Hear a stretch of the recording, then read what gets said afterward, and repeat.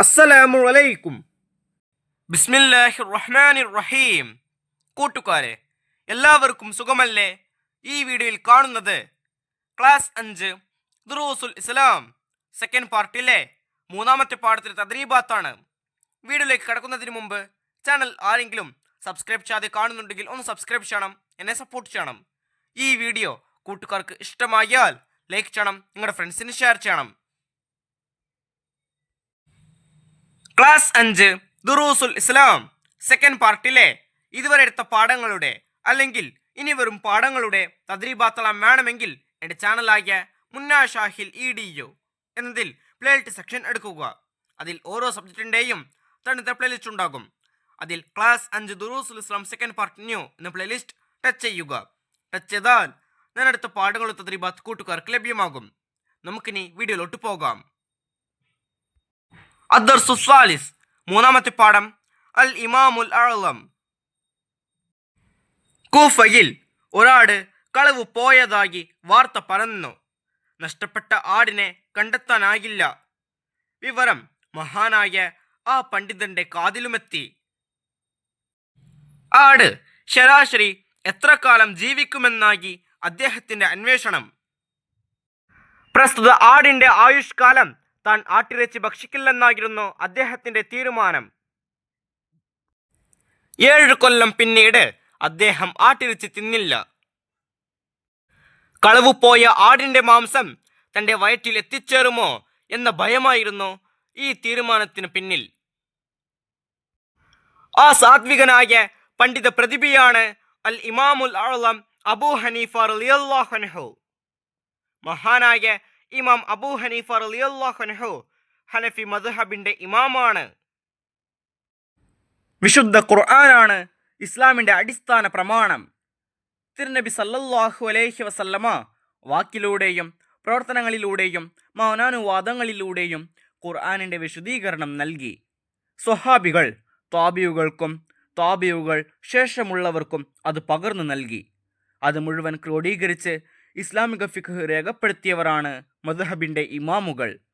ഖുർആനിലോ ഹദീസിലോ ഖണ്ഡിത നിർദ്ദേശമില്ലാത്ത വിഷയങ്ങളിൽ ഇമാമുകൾ ഗവേഷണം നടത്തി വിധി പറഞ്ഞു. ലോകാടിസ്ഥാനത്തിൽ ഏറ്റവും അനുയായികളുള്ളത് ഹനഫി മദ്ഹബിലാണ്. മധ്യേഷ്യയിലും India, Afghanistan, Pakistan, Bangladesh, China, Iraq, തുർക്കി എന്നീ രാജ്യങ്ങളിലെല്ലാം ഹനഫി മദ്ഹബിന് നല്ല വേരോട്ടമുണ്ട്. ഇമാം അബൂ ഹനീഫ റളിയല്ലാഹു അൻഹുവിന്റെ യഥാർത്ഥ നാമം നുഅ്മാൻ എന്നാണ്. ഹിജ്റ വർഷം 80 കൂഫയിൽ ജനിച്ചു.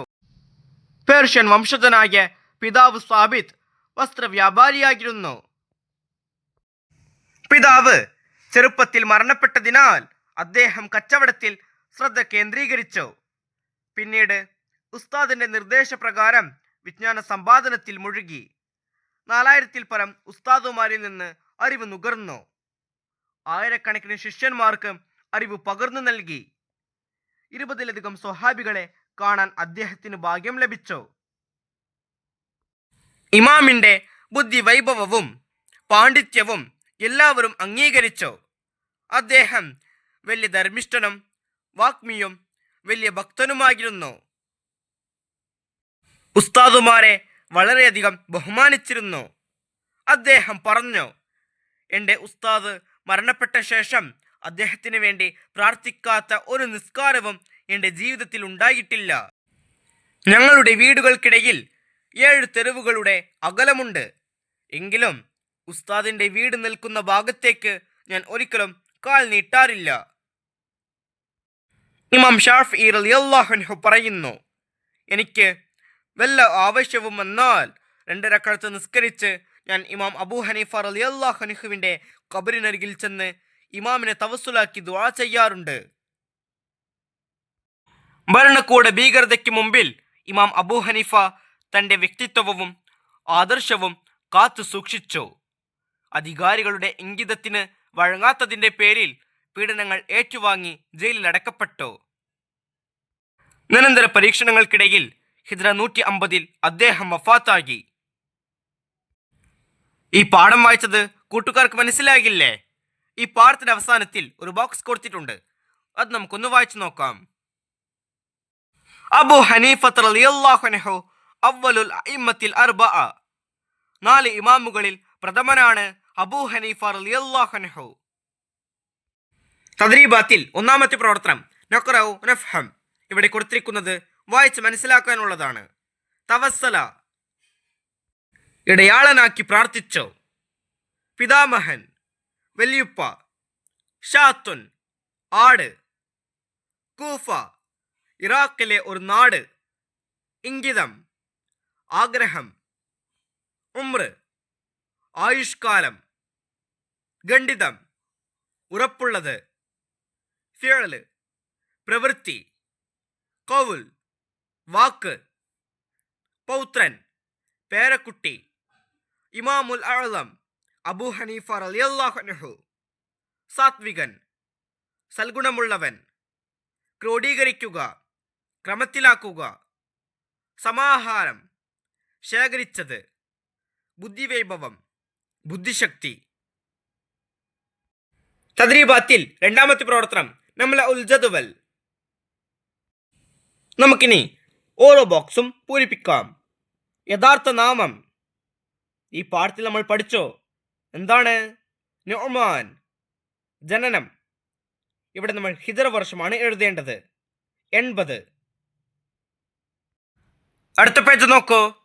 ജനനം, ഇവിടെ നമ്മൾ ക്രിസ്താബ്ദമാണ് എഴുതേണ്ടത്, 699. ജനിച്ച സ്ഥലം കൂഫ. ഗുരുക്കന്മാർ 4000-ൽ പരം. ശിഷ്യന്മാർ ആയിരക്കണക്കിന്. വഫാത്തായ ഹിജ്റ വർഷം 150. പിതാവ് സാബിത്ത്. തദ്രീബാത്തിൽ മൂന്നാമത്തെ പ്രവർത്തനം നമ്മളെ ഫറാഗ്, വിട്ട ഭാഗം പൂരിപ്പിക്കാനുള്ളതാണ്. 1. പരിശുദ്ധ ഖുർആൻ ഡാഷ് വർഷങ്ങളിലായി അവതരിച്ചോ. അവരിൽ പൂരിപ്പിക്കേണ്ടത് 23. 2. ലോകാടിസ്ഥാനത്തിൽ ഏറ്റവും കൂടുതൽ അനുയായികളുള്ളത് ഡാഷ് മദ്ഹബിലാണ്. അവരിൽ പൂരിപ്പിക്കേണ്ടത് ഹനഫി. 3. ഇമാം അബൂ ഹനീഫ റളിയല്ലാഹു അൻഹുവിന്റെ പിതാവ് ഡാഷ് വംശജനായിരുന്നു. അവരിൽ പൂരിപ്പിക്കേണ്ടത് പേർഷ്യൻ. ഇമാം അബൂ ഹനീഫ റളിയല്ലാഹു അൻഹുവിന്റെ പിതാവ് പേർഷ്യൻ വംശജനായിരുന്നു. 4. ഇമാം അബൂ ഹനീഫ റളിയല്ലാഹു അൻഹു ഡാഷിൽ പരം ഗുരുക്കന്മാരിൽ നിന്ന് അറിവ് നുകർന്നു. അവരിൽ പൂരിപ്പിക്കേണ്ടത് 4000-ൽ. 5. ഇമാം അബൂ ഹനീഫ റളിയല്ലാഹു അൻഹു ഡാഷ് സ്വഹാബികളെ കണ്ടിട്ടുണ്ട്. അവരിൽ പൂരിപ്പിക്കേണ്ടത് 20-ലധികം. 6. ഇമാം ഷാഫിഈ റളിയല്ലാഹു അൻഹു ഡാഷിനെ തവസ്സുലാക്കി ദുആ ചെയ്യാറുണ്ടായിരുന്നു. അവരിൽ പൂരിപ്പിക്കേണ്ടത് അബൂ ഹനീഫ റളിയല്ലാഹു അൻഹുവിനെ. ഇമാം ഷാഫിഈ റളിയല്ലാഹു അൻഹു അബൂ ഹനീഫ റളിയല്ലാഹു അൻഹുവിനെ തവസ്സുലാക്കി ദുആ ചെയ്യാറുണ്ടായിരുന്നു. തദ്രീബാത്തിൽ നാലാമത്തെ പ്രവർത്തനം നുജീബ്. അതിൽ 1. ഇമാം അബൂ ഹനീഫ റളിയല്ലാഹു അൻഹു 7 കൊല്ലം ആട്ടിറച്ചി കഴിച്ചില്ല. കാരണമെന്ത്? കൂഫയിലെ ഒരു ആട് കളവ് പോയതായി വാർത്ത പരന്നു. നഷ്ടപ്പെട്ട ആടിനെ കണ്ടെത്താനാകില്ല. പ്രസ്തുത ആടിന്റെ ആയുഷ്കാലം താൻ ആട്ടിറച്ചി കഴിക്കില്ലെന്ന് ഇമാം തീരുമാനിച്ചു. പിന്നീട് 7 കൊല്ലം അദ്ദേഹം ആട്ടിറച്ചി കഴിച്ചില്ല. കളവ് പോയ ആടിന്റെ മാംസം തന്റെ വയറ്റിൽ എത്തിച്ചേരുമോ എന്ന ഭയമായിരുന്നു അതിന് കാരണം. 2. എന്താണ് മദ്ഹബുകൾ? ഉത്തരം: ഖുർആൻ, സുന്നത്ത്, ഇജ്മാ എന്നിവയുടെ അടിസ്ഥാനത്തിൽ മതവിധി കണ്ടെത്താൻ കഴിവുള്ള ഇമാമുകൾ ഇജ്തിഹാദ് ചെയ്ത് രേഖപ്പെടുത്തി വെച്ച നിയമങ്ങളാണ് മദ്ഹബുകൾ. 3. ഇമാം അബൂ ഹനീഫ റളിയല്ലാഹു അൻഹു കച്ചവടത്തിൽ ശ്രദ്ധ കേന്ദ്രീകരിക്കാൻ കാരണമെന്ത്? ഉത്തരം: പേർഷ്യൻ വംശജനായ പിതാവ് സാബിത്ത് വസ്ത്രവ്യാപാരിയായിരുന്നു. പിതാവ് ചെറുപ്പത്തിൽ മരണപ്പെട്ടു. അതിനാൽ അദ്ദേഹം കച്ചവടത്തിൽ ശ്രദ്ധ കേന്ദ്രീകരിച്ചു. 4. ഇമാം അബൂ ഹനീഫ റളിയല്ലാഹു അൻഹുവിനെ ജയിലിലടക്കാൻ കാരണമെന്ത്? ഉത്തരം: ഭരണകൂട ഭീകരതയ്ക്ക് മുമ്പിൽ ഇമാം അബൂ ഹനീഫ റളിയല്ലാഹു അൻഹു തന്റെ വ്യക്തിത്വവും ആദർശവും കാത്തു സൂക്ഷിച്ചു. അധികാരികളുടെ ഇംഗിതത്തിന് വഴങ്ങാത്തതിന്റെ പേരിൽ പീഡനങ്ങൾ ഏറ്റുവാങ്ങി ജയിലിലടക്കപ്പെട്ടു. 5. ലോകത്ത് ഹനഫി മദ്ഹബ് കൂടുതലുള്ള രാജ്യങ്ങൾ ഏതെല്ലാം? ഉത്തരം: മധ്യേഷ്യ, India, Afghanistan, Pakistan, Bangladesh, China, Iraq, തുർക്കി തുടങ്ങിയ രാജ്യങ്ങൾ. തദ്രീബാത്തിൽ 5-ാമത്തെ പ്രവർത്തനം നുഇദ് മുദക്കിറ. ഇമാം അബൂ ഹനീഫ റളിയല്ലാഹു അൻഹുവിന്റെ ജീവിതക്കുറിപ്പ് തയ്യാറാക്കുക. നമുക്ക് തയ്യാറാക്കാം. ഇമാം അബൂ ഹനീഫ റളിയല്ലാഹു അൻഹു ഹിജ്റ 80-ൽ കൂഫയിലാണ് ജനിച്ചത്. അദ്ദേഹത്തിന്റെ പിതാവ് സാബിത്തായിരുന്നു. പേർഷ്യൻ വംശജനായ അദ്ദേഹത്തിന്റെ പിതാവ് ഒരു വസ്ത്രവ്യാപാരിയായിരുന്നു. ചെറുപ്പത്തിലെ അദ്ദേഹം മരണപ്പെട്ടതിനാൽ കച്ചവടത്തിൽ ഇമാം അബൂ ഹനീഫ റളിയല്ലാഹു അൻഹു ശ്രദ്ധ കേന്ദ്രീകരിച്ചു. പിന്നീട് ഉസ്താദിന്റെ നിർദ്ദേശപ്രകാരം വിജ്ഞാന സമ്പാദനത്തിൽ അദ്ദേഹം മുഴുകി. 4000-ൽ പരം ഉസ്താദുമാരിൽ നിന്ന് അറിവ് നുകർന്നു. 20-ലധികം സ്വഹാബികളെ കാണാൻ ഭാഗ്യം ലഭിച്ചു. ഇമാമിന്റെ ബുദ്ധി വൈഭവവും പാണ്ഡിത്യവും എല്ലാവരും അംഗീകരിച്ചു. അദ്ദേഹം വലിയ ധർമ്മിഷ്ഠനും വാഗ്മിയും വലിയ ഭക്തനുമായിരുന്നു. ഉസ്താദുമാരെ വളരെയധികം ബഹുമാനിച്ചിരുന്നു. ഭരണകൂട ഭീകരതയ്ക്ക് മുന്നിൽ തന്റെ വ്യക്തിത്വവും ആദർശവും കാത്തു സൂക്ഷിച്ചു.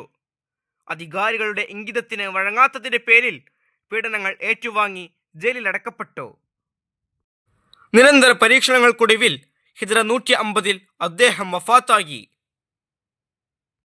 തദ്രീബാത്തിൽ 6-ാമത്തെ പ്രവർത്തനം തഖ്സീസ് മദ്ഹബ് എന്ന വിഷയത്തിൽ ഒരു പ്രബന്ധം തയ്യാറാക്കുക. നമുക്ക് തയ്യാറാക്കാം. മദ്ഹബ് ഇസ്ലാമിക ശരീഅത്തിനെ വിശദീകരിക്കാനും അതിൽ നിന്ന് വിധികൾ കണ്ടെത്താനുമുള്ള ഒരു മാർഗമാണ് മദ്ഹബ്. ഖുർആൻ, സുന്നത്ത്, ഇജ്മാ എന്നിവയുടെ അടിസ്ഥാനത്തിൽ മതവിധി കണ്ടെത്താൻ കഴിവുള്ള ഇമാമുകൾ ഇജ്തിഹാദ് ചെയ്ത് രേഖപ്പെടുത്തി വെച്ച മതനിയമങ്ങളാണ് മദ്ഹബുകൾ. ഏതൊരു മദ്ഹബിനുമുള്ള പ്രമാണം ഇസ്ലാമിക ശരീഅത്ത് മാത്രമാണ്. എന്നാൽ ശരീഅത്തിന് യാതൊരു മദ്ഹബും പ്രാമാണികമാവില്ല. അതിനാൽ താൻ സ്വീകരിച്ച മദ്ഹബിന്റെ അഭിപ്രായം തെറ്റാണെന്നോ അല്ലെങ്കിൽ ശരീഅത്തിനോട് കൂടുതൽ യോജിക്കുന്നത് മറ്റൊരു ഇമാമിന്റെ നിർദ്ദേശമാണെന്നോ ബോധ്യപ്പെട്ടാൽ അത് പാലിക്കാൻ വിശ്വാസി നിർബന്ധിതനാണ്. വളരെയേറെ മദ്ഹബുകൾ ഇസ്ലാമിക ചരിത്രത്തിൽ ഉണ്ടായിട്ടുണ്ടെങ്കിലും പ്രധാനപ്പെട്ട 4 മദ്ഹബുകളെയാണ് ഇസ്ലാമിക സമൂഹം പിൻപറ്റുന്നത്. ഹനഫി, മാലിക്കി, ഷാഫിഈ, ഹംബലി എന്നിവയാണവ. ഈ 4 മദ്ഹബുകളുടെയും സ്ഥാപകർ 4 ഇമാമുകളാണ്. അവർ ഈ വിഷയത്തിൽ അഗാധ പാണ്ഡിത്യം നേടിയവരാണ്.